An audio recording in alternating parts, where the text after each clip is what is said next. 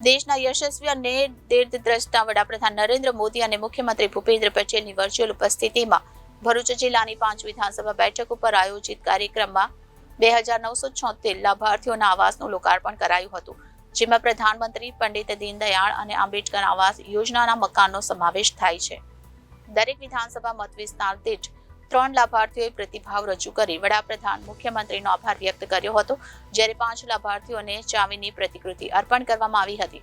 5 વિધાનસભા મત વિસ્તારોમાં એક સાથે આયોજિત આવાસ લોકાર્પણ અને કલ્યાણકારી યોજનાઓના કાર્યક્રમમાં જિલ્લા વહીવટીતંત્ર, અધિકારીઓ, પદાધિકારીઓ, આગેવાનો, કાર્યકરો સહિત કુલ 20,000ની જનમેદની જોડાઈ હતી।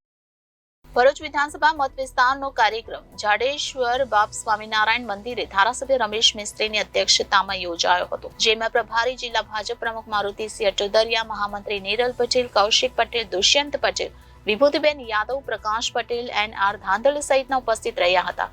ધારાસભ્ય રમેશ મિસ્ત્રીએ સમગ્ર ગુજરાતમાં 2,993 કરોડના ખર્ચે 1,31,454 પ્રધાનમંત્રી આવાસોનું લોકાર્પણ ખાતમુહૂર્તનો કાર્યક્રમ 182 વિધાનસભા બેઠકો પર યોજાયો હોય, જેને અભૂતપૂર્વ ક્ષણ ગણાવી હતી।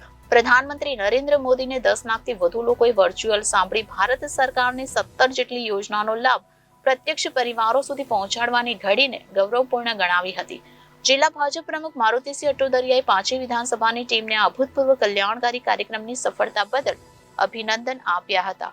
અંકલેશ્વર વિધાનસભા મત વિસ્તારના આવાસ લોકાર્પણ કાર્યક્રમ ધારાસભ્ય ઈશ્વરસિંહ પટેલની અધ્યક્ષતામાં સજોદ ગામે વિશાળ મેદની વચ્ચે સંપન્ન થયો હતો।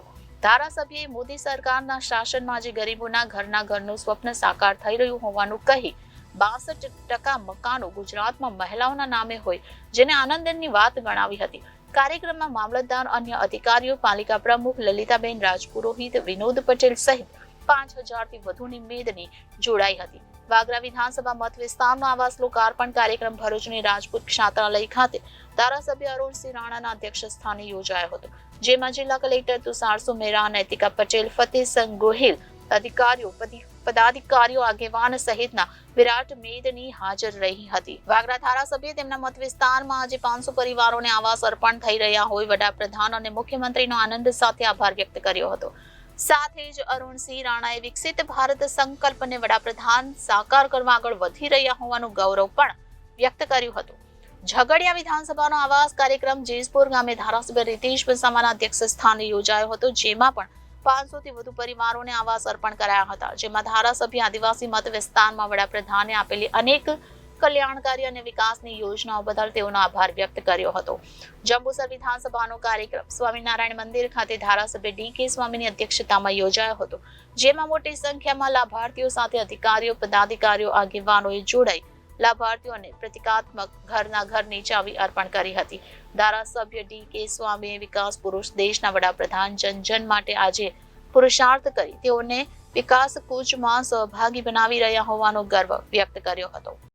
આ દેશના વડાપ્રધાન નરેન્દ્ર મોદીજીનો સંકલ્પ એટલે મજબૂતાઈનો સંકલ્પ કહીએ।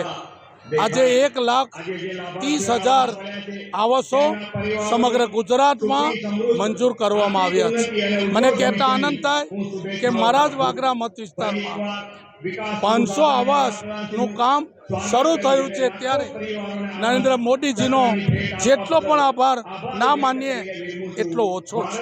મોદીજીએ સંકલ્પ કર્યો છે કે 2028માં કોઈ વ્યક્તિ ઘર વિનાનો ના રહે, એના આધારે કામ કરી રહ્યા છે અને 2028માં આવાસોની સમસ્યા પૂર્ણ થશે।